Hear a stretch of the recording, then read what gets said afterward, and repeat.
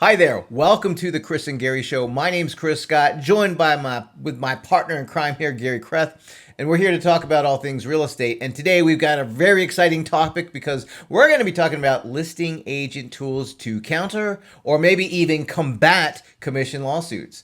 If you like what you see or hear today, do us a favor. Subscribe to the channel, like the video, drop us a comment, let us know what you think. Garry, this topic in general has been a controversial topic. Whenever we make a Chris and Garry episode on anything related to commission lawsuits, it seems to hit a nerve. There's always a lot of people who have opinions on it, and many of them are just that, nice opinions. And we've even had experts come on and share their expertise. And what's fascinating is out of all the information that's out there, and I don't know if you agree with this, but I feel like, based on my, it's more than a feeling, to be honest with you, because we have spent a lot of time researching, understanding, going through all the documentation and legal docs, et cetera, talking to people about it, talking to experts about it. My assessment is there's very few people talking about what actionable things we can do as real estate agents in particular. Like, what should we be doing? What can we be I doing? totally Do agree you with agree you with that? because I think so much of the conversation around these lawsuits has been around what's happening out there and what's going to happen to us from all these external forces. And the reality is, yeah, it's good to understand that, but I don't think we should be in a place of reacting to these things. I think what we need to do is we actually need to create action before things start affecting us. And so we can Mm. only control what we can control. We cannot control what's happening out there. We cannot control what's going to happen with these lawsuits. We cannot control what's going to happen with the repercussions. What we can control is how are we going to behave differently in order to take care of Mm. ourselves and our customers better. Yeah, in our listing summit conference, which is a virtual conference that Garry put on every year, we addressed three very specific questions that I believe are the maybe right now the main things that we really need to worry about. The funny thing is, these are questions that people might encounter even today. One of the questions was, what if as a listing agent, what if my seller doesn't want to offer a buyer's agent commission? Another one was, if I'm representing the buyer, what if they want to go see a home, right, where they're not offering buyer's agent commission? And then the third one, the question that we answered was, what do I do if my client or a prospect just asks me about these commission lawsuits? And so today I only want to pick one and really just give people some practical, tactical advice on what to do because they might encounter this question not when all of this gets resolved. They might encounter this question now. And why is that? It's because it's Well, hit the Chris, news, right? Like the media has I was just published at it. a conference out in Arizona, completely unrelated to real estate sales. And I Mm, was approached by the leader of this conference and they said, "Hey, I heard about all these lawsuits. What's your take on this?" And if we had not had mm. these conversations and I hadn't been able to think about this and process this, I would have been like, I don't know. Deer in the Right. headlights, like many So of I us think it's might really, become, really right? important for us to already have created and crafted a narrative of, what we think and the actions Mm. that we're going to take. So Chris, you mentioned there are three. Which one do you want to talk about today? I want to address this for listing agents who maybe they're working with a prospective seller, they have a seller client, and the seller client is balking at offering the buyer's agent a commission Okay. or a fee because hey, I heard in the news that I shouldn't be paying for the buyer's agent to get paid, right? So that's the issue that we want to address, which interestingly enough, Garry, you've been a listing agent for like almost 3 decades now. We like to joke around. And is this much, is the objection of, hey, I don't want to offer a buyer's agent commission coming from a seller, is this much different than them asking you to discount your commission or them saying, I disagree with the price of the home that you've assessed? Is it that much different than any of those concerns they I might think bring that's a up? really valuable question to discuss because when it comes down to it, no. Ultimately, what's Mm. happening here, Chris, is the seller is seeing an opportunity to save some money. And that's Which is you know fine, what? right? Like When I as sell stuff, I want to save money. When I buy stuff, I want to save money. Everybody wants to save some money. Mhm. Except in a situation where there is such extreme value in the proposition and Mm. so much trust built between the seller and the agent, that you're not going to you just trust that you're going to be taken care of. and you Mm. would also trust that there's so much value there. It's like, well, I'm not going to ask for a discount. I'm not going to ask for to reduce That's this fee. funny. And so I think that's something that we should dig into. There is like, where is this question coming from? What's Mm. the root of this, and how do we combat Right. that? And I don't think we combat it at Well, the listing appointment. I can tell you that. Like, that's the last place I want to try and combat well, this they need to conversation. know what to say. They definitely need to know what to say during the Sure. listing appointment, right? And we want to give. By the way, guys, we're going to give you those words. In fact, we're even going to give you a bit of a outline of a script or some talking points of a script on how to handle it. But I think to answer the question first, Gary, is like, what's the root cause of this? And I would say that a big problem that we have in real estate, just in general, it doesn't matter whether you're a listing agent, buyer's agent, in general, one of the problems that we have in real estate, when I think about it, all people in professional services have this problem. It's we have difficulty Ah, articulating our yes. value. We have difficulty explaining our value. We know the value that we bring to the table, and many times consumers and our clients they experience in that value and they know it. But one of the things that we have difficulty with is how do we express that to somebody that we're going to work with, and we've seen that over and over and over again where people don't know how to express their value, so it shows up in weird ways. It might come across as bragging, or people don't say anything and just hope that the work speaks for themselves. I've also But here's you've another thing, addressed Chris, this. and I've seen this time and time again in a lot of scripts in real estate is that that we are taught to be combative around our value Mm, proposition, and that is like the last thing that we need to be doing. So how, Chris, that I think that begs the yeah, question. I think the Yeah. defensive position is very bad, or combative is very bad. I think in one of the cases that was actually what was used to as evidence was, hey, here's combative or misleading scripts that people are training and teaching, and so we need to get away from I don't know, like scammy tactics and get down to like the real fundamental. How do I Hmm. communicate my value? How do I have a process to build trust, communicate value, and set expectations? Because that's really what needs to happen, right? We need to build trust. We need to show and demonstrate and communicate our value. And then we have to set expectations. When that happens, you don't have to worry about having some kind of strong arm script. And, Gary, one of the things that you've done over the years is you've identified this as a problem. You've developed a listing appointment process specifically to address this problem. So I think that it would be helpful to give everyone who's watching this an idea of like, okay, there's a process that you can Right. follow for every single listing opportunity. And when you follow this process, then they don't question your Right. value. They're not going to question Hmm. your expertise. When you say this is what we're going to offer the buyer's agent as the buyer's agent commission, they're not going to be like, "Oh, I don't think we should do that," because why? They trust you and they understand the value and you set these expectations. So, can you give everyone just high level, what are the Sure. parts to your So listing my appointment listing process? appointment process, it's a three-part process. Number one is I Mm, always have my initial consultation. This is always happening on the phone. It may happen on something like video call, Zoom, FaceTime, something like that, so we can see each other, but it always happens before I meet with them in person. This number one. Next, I always, always, always send out a pre-listing packet at least 24 hours before I'm meeting with them. This pre-listing packet mm, has, several different aspects to it, but it is completely designed to build trust, to show my value, and to prepare them for the appointment.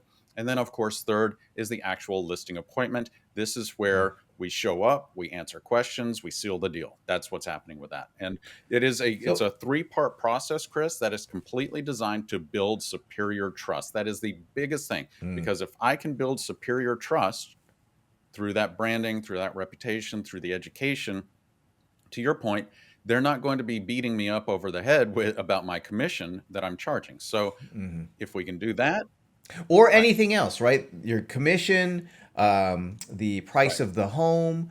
Like a lot of times we hit conflict with that seller, and so we fold to the seller because we don't know how to. We haven't built trust. We don't have. They don't. They're questioning our value, and then we don't know how to like re-explain that. So I think your process, if we could go into a little bit more detail for each one of those three steps, just to give people an idea, okay, I need to have a process like this. Here's the things that go into each one of the steps. And then maybe what we could do is, like a listing presentation is part of it, maybe we can show people just a little Sure. preview of what your listing Okay. presentation looks like. And then finally, what we'll do is we'll close out with a script on, all right, let's say you go through that process and they still say this. We'll give them an outline or some talking points on how to handle that. And then I think one of the things you mentioned before about education and communication, a lot of the trust building happens long before the appointment even takes place. It actually happens during your marketing. So we'll close out with a little Okay. discussion on marketing. So let's talk about those three parts and each one of those three parts in a little Okay, bit more so first detail. off, the initial consultation, this is a critical part of the process. If you just get a call and like Chris, let's say you call me and you're like, "Hey Gary, we're thinking about selling our house," and I'm like, "Great, I can be there in 30 minutes." This is not the way to react to this, because that does actually build distrust. It's like, okay, Gary's available at a whim.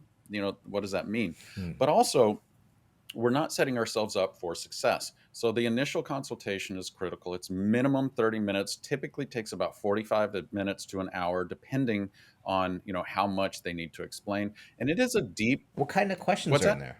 What kinds of Sure. questions are in it? Like So what kinds of we stuff do you start ask? off very innocuous. We're going to ask, tell me about yourself, tell me about your home, tell me about your situation. What's the best time for me to contact you? Stuff that doesn't take a lot to build trust.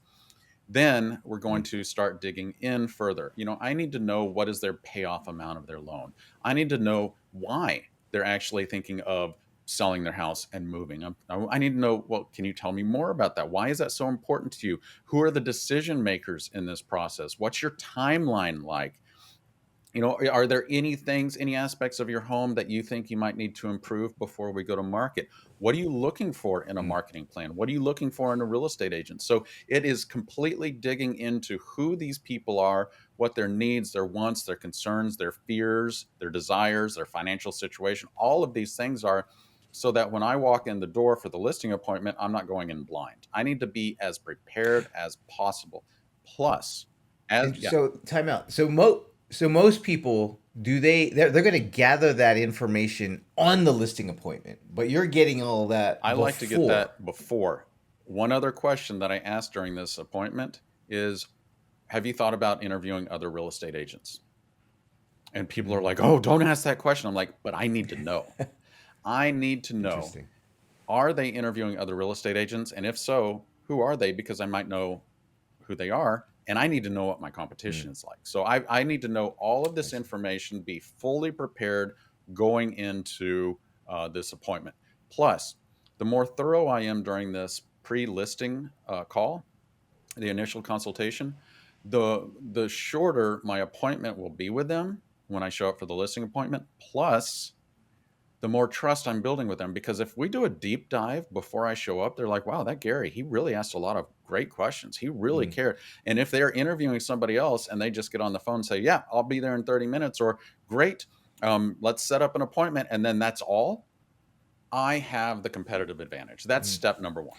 See, well, it seems like in this case, so when you do your fact finding before the listing presentation, you get to show up differently than your competition because now you already know what their concerns are. You can even do some homework so that you can show up and address Right. those concerns instead of learning about them on the appointment. So everyone else who might show up to a listing appointment, maybe they've had this experience while they're interviewing. If they're interviewing multiple agents, is all right. Most people they sit down and they're learning stuff. Gary shows up and he already knows about me, and he's actually presenting Exactly. solutions Well, to the I problems that forgot I've one of the biggest expressed. questions I ask is, Chris, you've lived in your home for the past 17 years or 7 years or whatever. And I know you see homes on the market around in your neighborhood. You knowing your home best, do you mind if I ask if you know or if you think you know what your price or what your home is worth? And people are like, oh, Mm. wow, you just ask him straight. I'm like, yeah, I need to know what he thinks his home is worth before I show up because I need to prepare for that. Mm. Right. You don't want to learn about that and then attempt to have a pricing conversation without Right. really knowing what they think it's worth because now you get to show up with comps and CMAs and maybe some market information so they can help educate them as opposed to having that combative discussion about what the home is worth. So all of that's captured to set you up for success. Now you've got this thing in between, right? This pre-listing packet. What's So going the into that? pre-listing packet is an email. It used to be an actual packet. That's why I call it a packet. Is it used to be a physical packet that I would drop off at their house. And what it does is it really digs in. and asks some additional questions, it asks them to do several things for me. Number one, I'm going to ask them to share with me, or I'm going to ask them to review some videos, some educational Mm, videos that I've created for them to view. I want them to really dig in and see what it's like to work with me, because the more I can have them view some educational videos that I have presented and created for them, the more likely it's going to build trust with them, and they're going to know what it's like to work with me. And nobody else is doing this, so I'm differentiating mm, myself. So I'm going to do that. I'm going to ask them to do a little bit of homework and share with me some things that they know about their house. I'm getting them involved in the process. But really, this email, and also I'm going to send them a copy of my property marketing plan.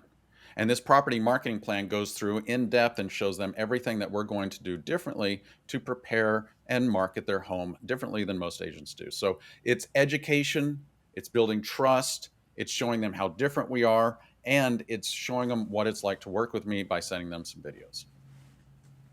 interesting. So, you're including a property marketing plan. You don't have a signed listing agreement with them yet. Do you have any fear or concern about them taking that property marketing plan and giving it to somebody else or attempting to do it on No, their own? in fact, Chris, I have my property marketing plan on my website. So, if an agent wants Mm, to go scrape it and try and steal it and use it, I mean, it's right there.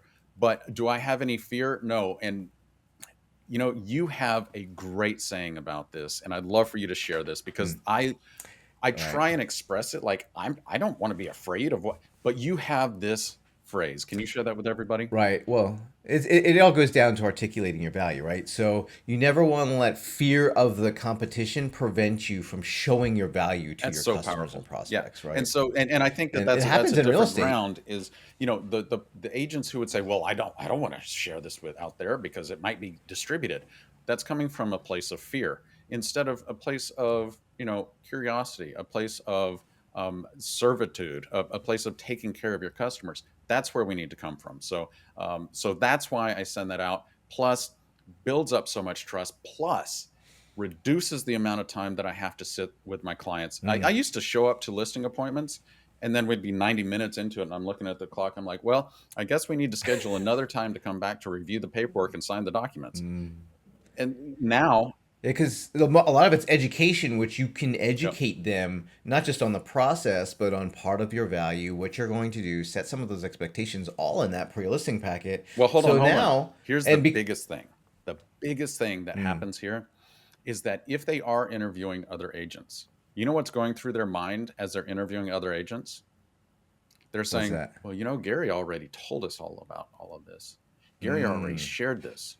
Ooh, they're not doing what Gary mm-hmm. does. I wonder if they're going to talk about that. Oh, they Interesting. didn't talk about what Gary's already talked about. Right? They didn't share a property marketing plan. Gary So shared a it's property massive marketing plan. differentiating factor right there. So that's the second Mm, part. So you've got the initial consultation. We're spending 30 to 45 minutes. The pre-listing packet, it's all about value and differentiation. The third part is the actual presentation itself during the listing mm. appointment.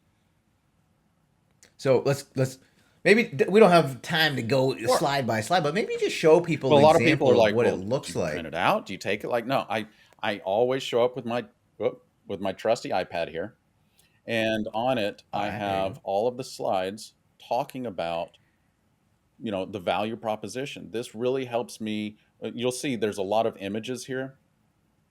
It Mm, really continues to solidify the education, continues to solidify the differentiation, but it also allows me to ask questions and dig in and mm, understand more about them and what do they know about real estate. And I'll go through this. This doesn't take that long, but what it does, Chris, is it continues to show the value.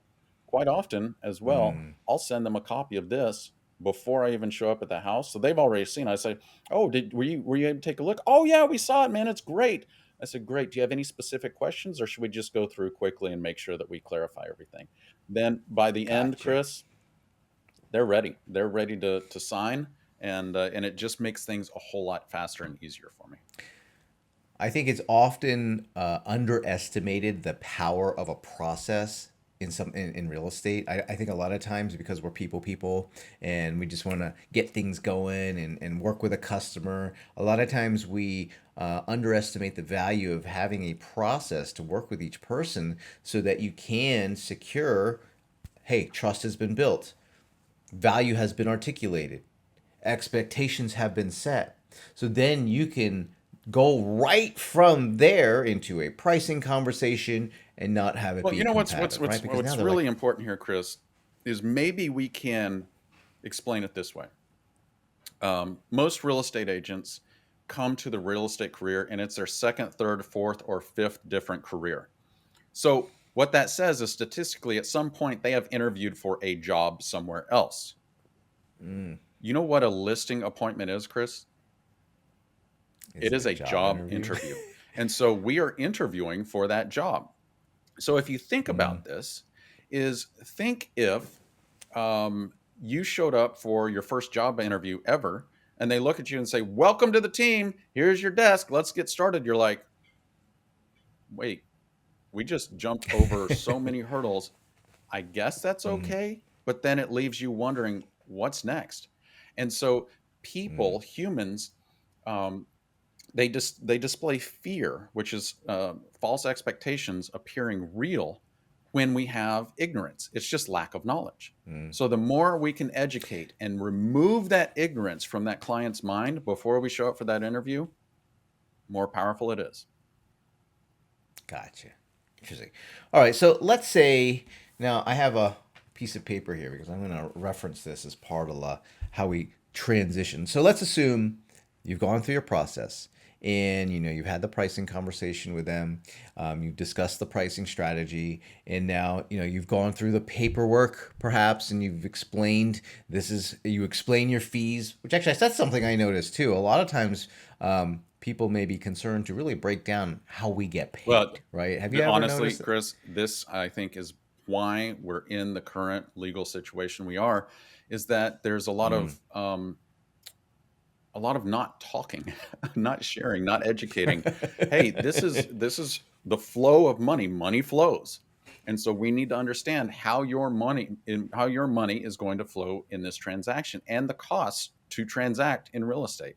So let's talk about that. It's Mm, very educational for them. And the more you can educate and share with them, the more they're like, "Oh, I had no idea that that's how money worked in a real estate transaction. We've sold several houses before. mm. We had no idea." We're just what we're doing is we're breaking away that ignorance and we're sharing with them.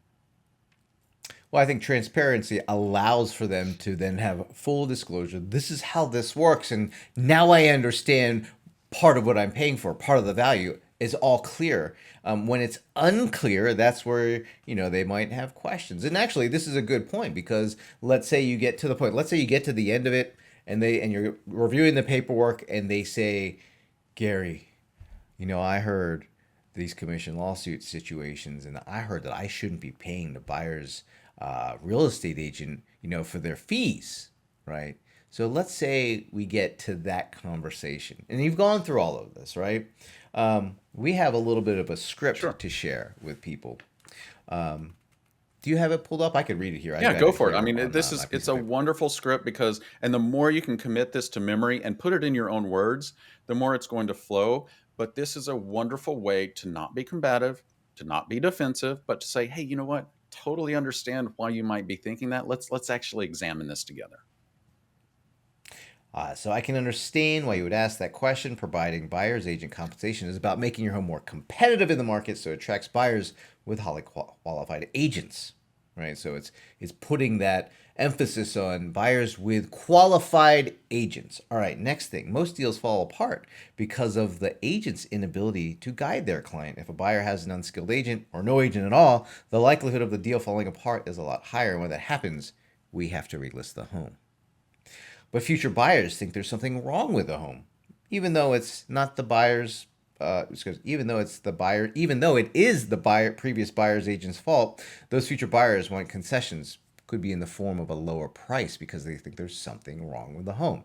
You ever have that where it's been relisted, Gary, and they're like, "There's got to be Well, something wrong with it. What's yeah, going when on?" things get relisted, sometimes people don't even they won't schedule appointments. They won't come see the house because they think something's wrong with the house.